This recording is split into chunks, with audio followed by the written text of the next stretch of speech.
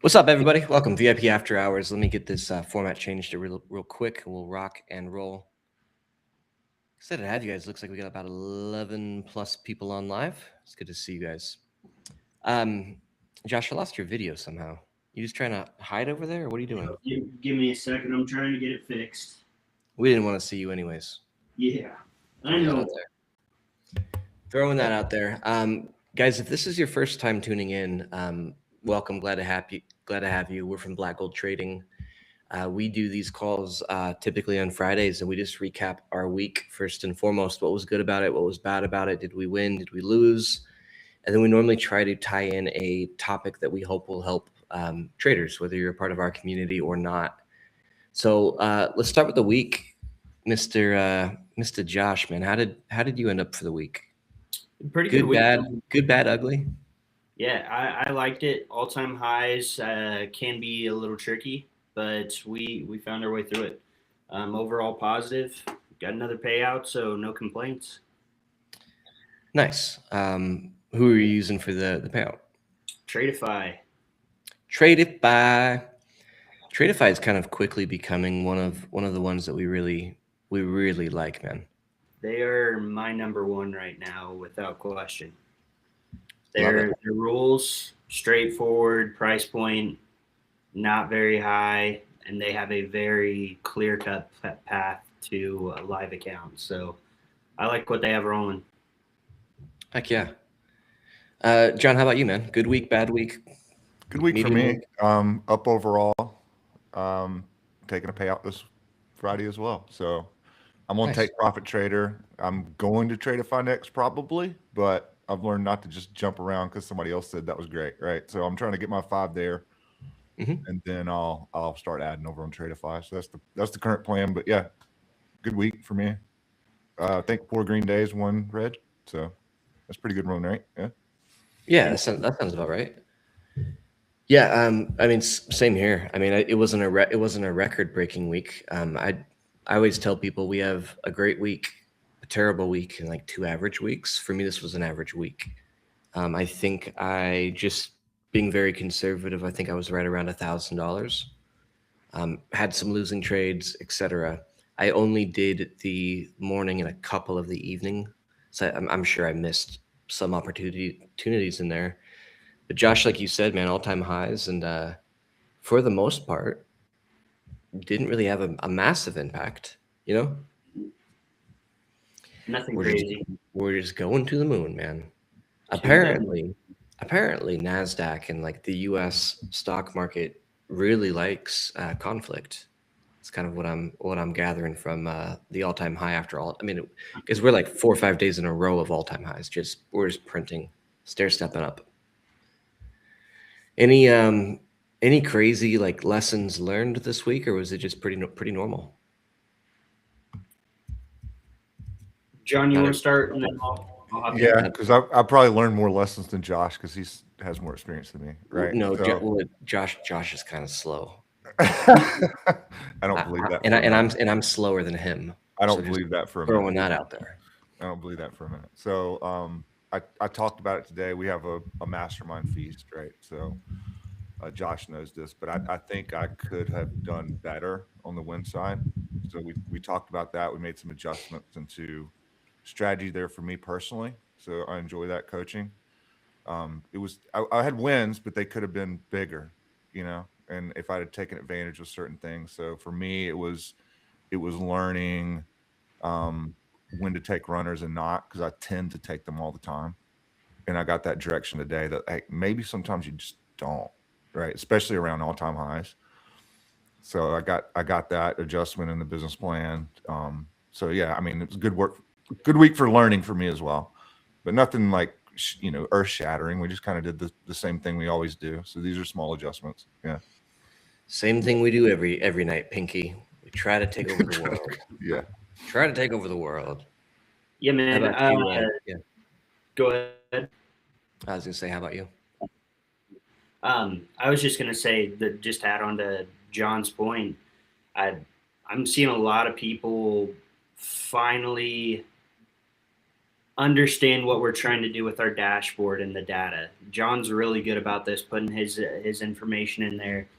Feast, he has a little bit higher level of, me looking over his shoulder, Nate looking over his shoulder to kind of call him out. But even the rest of our community, I'm noticing, like, maybe not our first week members, but people that have been here 2 weeks, a month, 2 months, they're really leaning into that data. And I'm not seeing as much panic or anxiety on a day-to-day basis whenever we have, a losing trade. We're also seeing people that have been in this for, 2 years, 5 years, and whenever they have a bad month, it's blown account after blown account. We have people that are having a bad month, but they're still not blowing their props. They're holding on to their accounts, they're protecting their capital, and they understand how the data is going to play out for them in the long run. So I'd say it's just another week in the life. Nothing crazy here. It's just good to see people lean out and trust the numbers a little bit more. Yeah, I mean, it's one of those things where, and not to try to persuade people to keep a membership, but it's one of those things where, like, the longer you get the data, the more powerful it becomes. So somebody that's been here for a month is going to have more data than somebody that's been here for a week. So they have more actionable information. Somebody that's been here for 6 months is going to have more data than somebody that's been here for 6 weeks. That's just how it goes. And, we have some tools that can help with the data, but nothing beats, like, your data to your personality, how you trade, how you think, etc. Nothing will beat that. There's no simulation that could ever mimic human emotions, right? So the longer you're here and the more data you have, the more powerful it is, especially when we get to this time next year.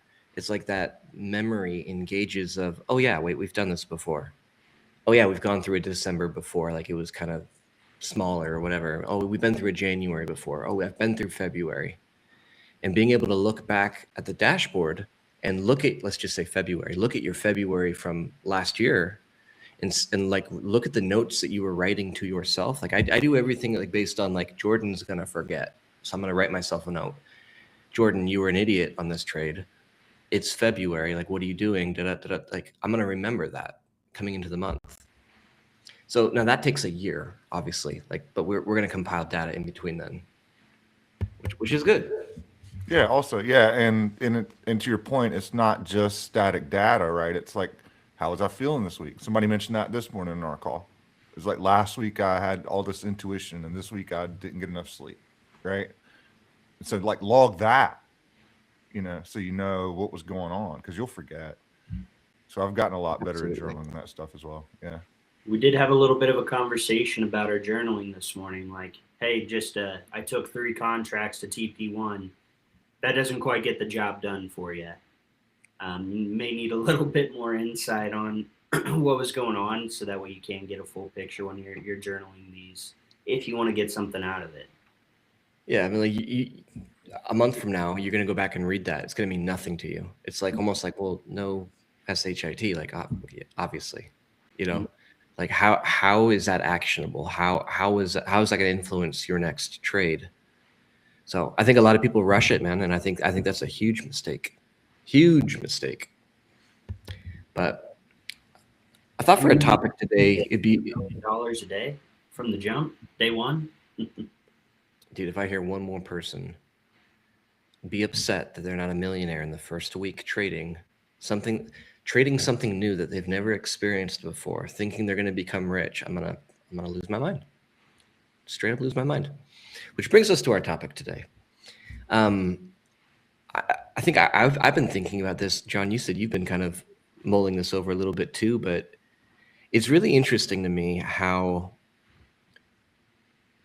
some people absolutely crush it over time and other people just don't. And I'm curious, like, why do some people win and why do some people lose?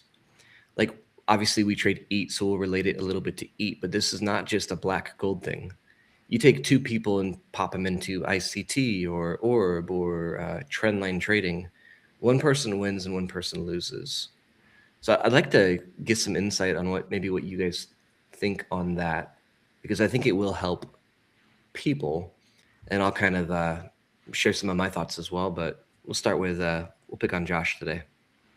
Why? Let's just use eat.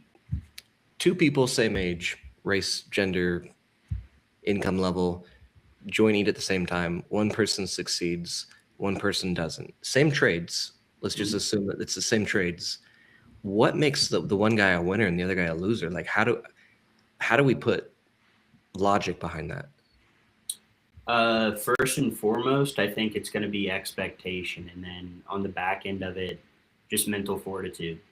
We have person A coming in with an expectation of, hey, I'm not going to get rich quick day one, week one. This is going to take a little bit of time for me to build up a skill set, and I'm measuring my wins by am I sticking to the rules? And we have person B who's coming in. I'm making $10,000 a day from day one, just from the jump, and I'm measuring all of my wins by profit and loss. Now, they're going to have an entirely different mental cycle that or roller coaster that they're going to be riding on, where it's going to be pretty hard to have longevity if you judge every single individual trade by just P&L. You may have a losing trade that you stuck to your rules on, and you should consider that a win. But if person B is just, oh, I'm right on the day, I suck at this, this doesn't actually work, it's a scam, what are the odds you think that person's actually going to see it through? They're going to last longer than 30, 60, 90 days. To your point, I'll state the question. You can answer it in a minute. But what is the expectation they should come in with? But what I've noticed a lot with maybe the person that's not succeeding, a lot of times their decision is motivated and fueled very, very, very much financially. And what I mean by that is if I don't make X amount of dollars in the next 30 days, I'm out. And I think it's really dangerous to say that with a business. Like, can you imagine like any business out there that's like, man, if I don't make $10,000 in my first month, I'm just done. I won't be able to afford to continue on with business. So there's that. And that's when I say it like that, everyone's like, oh yeah, that'd be ridiculous. But you guys would be surprised how many people do that.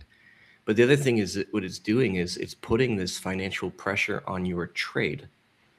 Now, Josh, you just said this, like you could lose a trade but stick to your rules, and that's actually a win. But they're putting this financial pressure on the trade, which often means that they're over trading. They're coming into the trade without proper expectations, etc. And then the emotional high of I didn't make X amount of dollars, I suck.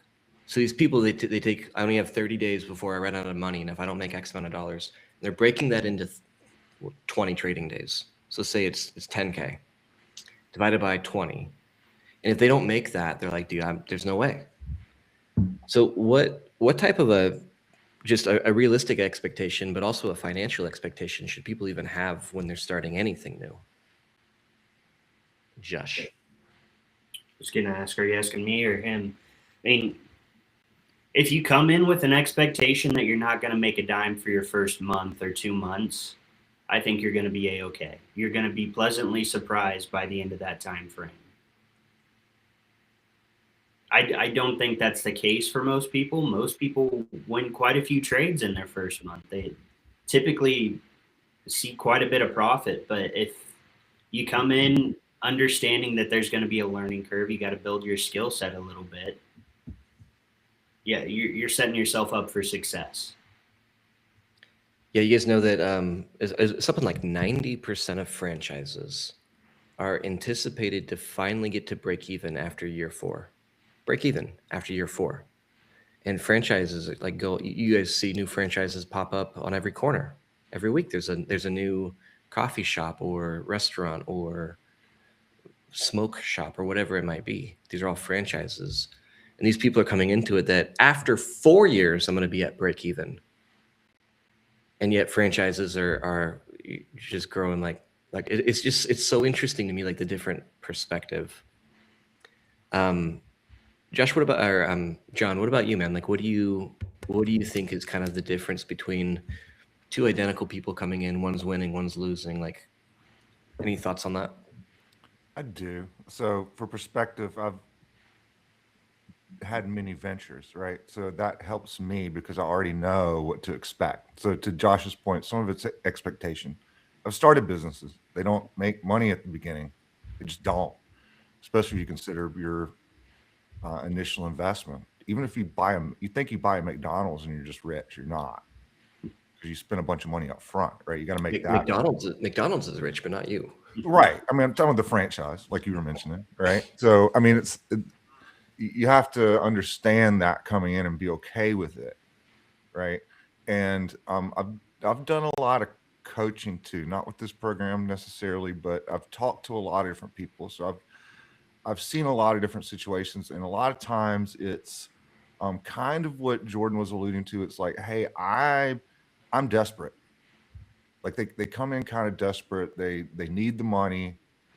You know, they really don't have it to spend, and it doesn't work out right at the beginning, and they kind of go to the next thing that promises, hey, I'll make you 10 grand in a month, right? So that's a thing that happens.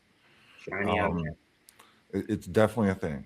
I could tell you that what Jordan says about having to start over and over and over, you'll never get there. Like, you gotta pick something and stick with it for at least a period of time. Maybe it doesn't work for you, but you don't know that until you're a year in, 6 months in at least, right? So you got to give yourself some runway to take off. Even big planes don't just hover in the air, and they have to take off, right? So you have to give yourself little leeway, some runway, that type of thing. So expectation kind of covers that, but maybe I'm just saying it a little different way. The other thing I see is sometimes uh, you come in with too much knowledge, like because you've done that, right? So you tried whatever trading program. I'm just going to keep it at trading, but you tried whatever trading program, then you move to the next one, then you move to the next one, and now you know too much. And so you come in here and it's like, well, this is really simple. And I get questions like this, like, what if we did this way? What if we changed this? What if we changed that? What if we changed this? Why don't I do it this way? Why? So somebody told me one time that really helped my mindset on that was just do it the way the guy's teaching you to do it and stick with that. And then once you make your $1 million, go change it. Right. Then now you have the credibility to say, I can make changes. So that helped me. So and when I came into this, I'm like, I'm just going to strictly follow it. Don't care what happens. I'm going to strictly follow it. I'm not going to try to buy my way into it. So that's a third thing. Some people come in with money. It's kind of the opposite of people that don't have, they're desperate. Well, sometimes you get people that just have like 10 grand sitting around. They got an inheritance or something. Like, I'm going to throw it in this because that's going to make me my next 20. It's kind of like the next month, kind of a similar mindset, but you actually have some cash, and that can be a problem too, right? So what I would say is play dumb. Play dumb. Pretend like you don't know anything. Just follow them. In every venture I've ever done, I've had somebody help me. Jordan's helped me in the past. He's helped me now. Josh is helping me now. I got local people to help me that were doing what I wanted to do in different ventures. So follow them and then tweak. Go along with it long enough that you can at least copy what they're doing. Borrow their confidence, I think, was something we talked about earlier, right? So it's shocking how many people try to find a shortcut to the shortcut. But you've been given the shortcut, though. That's what you don't. Yeah. We did an episode. It was it was a VIP After Hours episode about, like, when is it appropriate to pivot? And I had this rule, just going along with what you were saying, John. I had this rule a long time ago. I'll pivot only after I've succeeded at what I'm trying to do. So if it's the EAT trade, like, let me master that. Let me, like, succeed at that. Then if I need to pivot, I'm pivoting from a point of strength, not a point of, oh, this just didn't work for me. So, like, or if you wanted to tweak something, like I mentioned it on one of the calls today. Like, I love when people can show us data about our strategy and say, hey, like, look at this based on the data. We're always growing, version 1 of EAT might not be the same as version 5, 3, 4, 5 years down the road. We're always doing that. But you should not be pivoting week 1 or week 2 or week 3. Like, you just shouldn't. Like, you need to be like getting the reps in, and that's that muscle memory.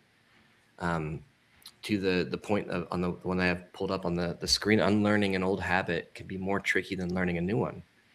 So a lot of times when people are failing, their muscle memory from something else that they've learned is creeping in as it does, and they start trying to do some other stuff versus like just master the basics, get profitable and get consistent, and then start to look at how do we make it better.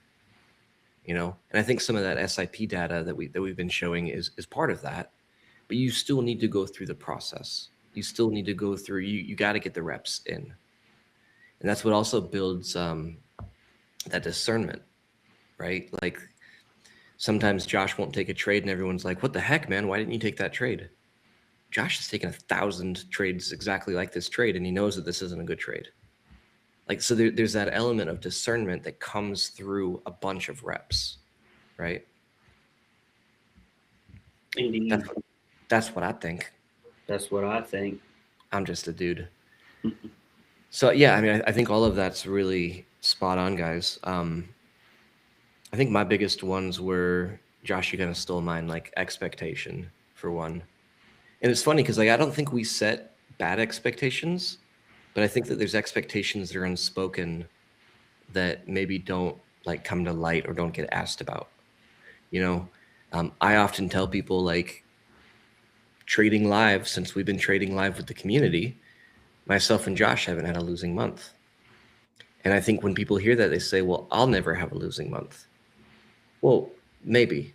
I mean, you could have a losing month, but where does that come in? What would be the difference there? What's the discrepancy? So a couple of things on that side of it. Doing your own thing, absolutely. Like not only can you have losing trades, but you can have losing months, just kind of going a little bit rogue. I'm gonna change the buffer from 30 to 50. I'm gonna change my stop loss from X to Y and Z. So why would one person succeed and one person not? I think number one, it depends if they're actually doing what we're doing on the call. And man, I see a lot of times, and like I'm more conservative in my trading than maybe some people, but I see that like I'm posting like a $250 win and somebody's posting a $3,500 win. Dude, you're not even close to what we're doing. Now, maybe they have a bigger account size, etc. But like, you guys get my point. Like, man, that's radically different. Like your position sizing is radically different than what we're doing. So when that person comes back and says, "Man, this didn't work for me," well, let's look at why. Like I'm so hung up on data these days. Like, dude, show me your trades. Dude, you were 19 contracts. I was at 3. Like, of course. Now, if you won the trade, great. But if you lost the trade, you would have completely blown your account. You see what I'm saying?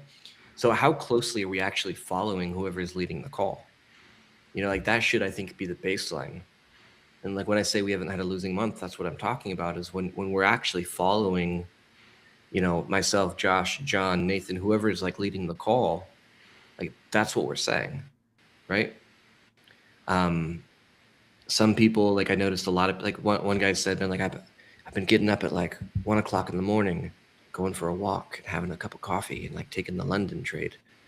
And like I lost, and like I lost all this sleep. All right, but that's also not what I'm doing. Josh, unless I'm mistaken, you're not waking up. Josh is still awake.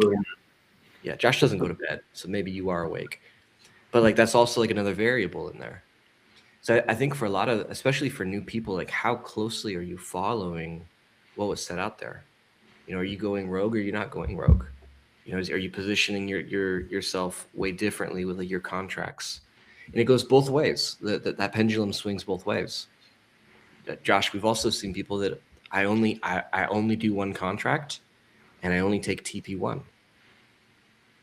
Well, that's very different than what Josh is doing, or what I'm doing, or what John's doing. You see what I'm saying? So it can go either way. Like you can either be like way crazy on your position sizing, or you can be like way under us and then have completely different results and feel like you're not getting momentum.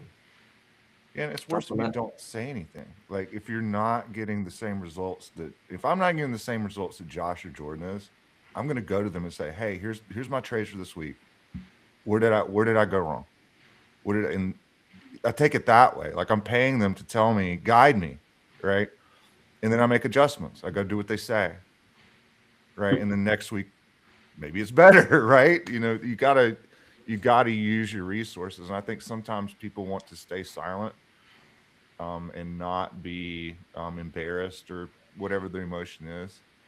And I'm kind of like Jordan said, he has social anxiety. I kind of do too. Like I don't like being around like people, like a lot of people and stuff, and necessarily being in the front of the room. But I've learned to do it because that's where I grow, right?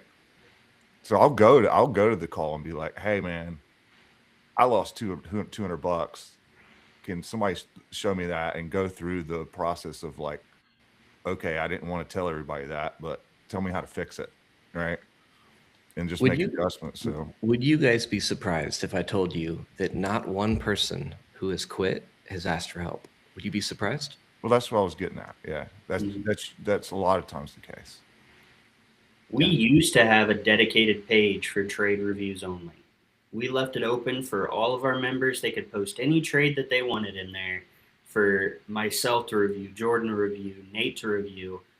People that you are paying to be mentored by to look at their individual trades, and we had to beg people to do it. Oh, they wouldn't I think do it. by the end of it, we had that up for around 6 months, and I think we maybe had 3 people submit trades for us. It's wild. It's easy to be embarrassed, I think, on the front end if you have this expectation in your mind of what you should be doing, how successful you should be, to look in the mirror and say, hey, I'm not that successful and I'm ashamed. I don't want to tell people I'm struggling. I'm just going to sit over in the corner quiet and not make any progress. You're your own worst enemy if you stay stuck in that little space. It's such a waste. It's such a waste of money, man. Mm-hmm. Because if they're like that here, they're like that everywhere, right? Like, so they're going to go to another thing and they're going to go try something different. And then, like Tiger doesn't change its stripes. They're probably going to still be the same. But I'm probably going to butcher this quote, but there was a quote that maybe I made it up. I don't know. Maybe I heard it somewhere. I can't remember, but you can't be broke and proud at the same time. Like if you're broke, you need to not be proud and just say, look, like broke or broken. Like, look, man, like I'm struggling. If you're struggling, you should be the most vocal person on the call. Yeah, I learned it as you cannot look good and learn at the same time. It was probably that, right. John, and then I just completely messed it up. No, you're right too. I like that one. Yeah. So, I mean, man, like guys, if first and foremost, like I take coaches and mentors very seriously. Most of the ones that I've hired have been very expensive. Like the last one was like 30 grand plus like another 30 grand. Josh, some of the programs you've been a part of that I did, it was 30 grand with a 30 grand renewal after 6 months. Mm-hmm. Dude, I was talking to those people every single day. I went until they told me to F off. Yeah. Shut up, Josh. Take a break. Let's talk tomorrow. It's like, man, I am paying to learn something or to get help because I need to learn something or I need help. So if I don't get that help, what was the point of paying the money? And just copying Josh or me or John or Nathan or like whoever it might be, I don't think that's like actual like necessarily like mentorship, like that's just copy trading, So there's a gap in education. There's a gap in like the true meaning of having a coach and a mentor. Like imagine being on any team and there's a coach, there's a head coach of the team, and like you just like never ever get insight, feedback, etc. Like you're just struggling, So I mean, like literally, like today, I was just messaging one of the guys that I paid 30 grand to, because that's what I paid for. Now, guys, you can't message us. Like, that's not necessarily what I'm saying, but you guys have calls and you guys have the ability to ask questions in the community. There's not a single time in our community that I've ever seen where somebody's been like, that's a stupid question. You're an idiot. You fool. Like, I would kick that person out if they said that. I've never seen that. Everybody here wants everybody here to win. And honestly, if you think you're struggling with something that everyone else isn't, you're wrong. Like, we're all struggling with the same stuff, and somebody that's been here for maybe a month longer can help you. Hey man, I was at the same place 3 weeks ago, and this is what I did. That's coaching. That's mentorship. I don't know. Iron sharpens iron. Yeah. Do you have a mic you can drop or? No. I forgot my sound effects. Okay. I didn't. I thought you were in the middle of picking out a sound effect whenever you were when John was going through his chat a second ago. Dude, that got it. This was not even working. Hold on. I don't think I have a mic drop. Anyways, yeah, I mean, so we kind of went a little bit of a rabbit trail there. My fault. I'm sure, but I'm always so curious if I see, and John, you said this really, really well, and I think this is the right mindset. If Josh or myself or Nate or Nathan or whoever is having a better result than me, I want to know why. And that's the competitive side of me.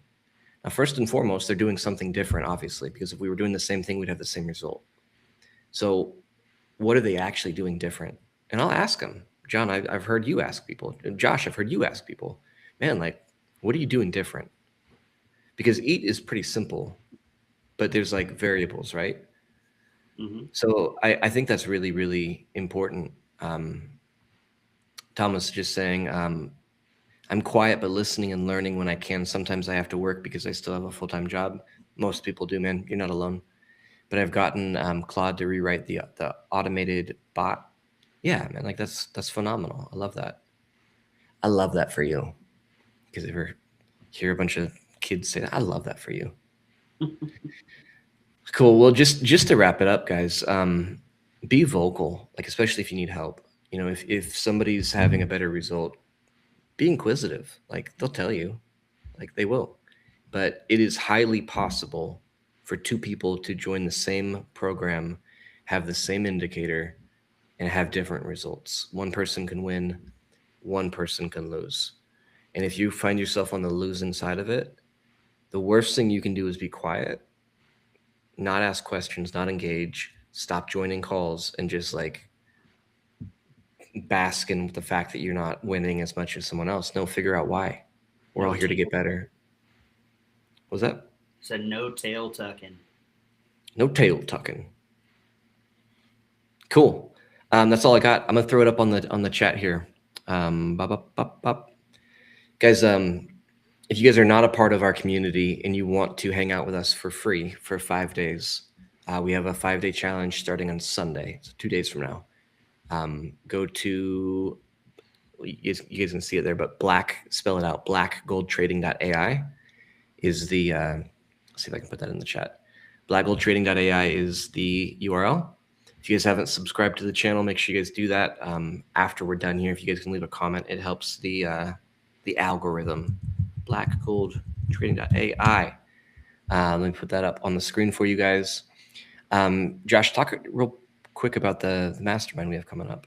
Just getting ready to say, we are just over a month out from our next in-person mastermind. It's going to be first mastermind in our new office. So guys, our feast members, they get to come in an afternoon early, hang out, grab a private dinner, get a little extra time with Jordan and myself.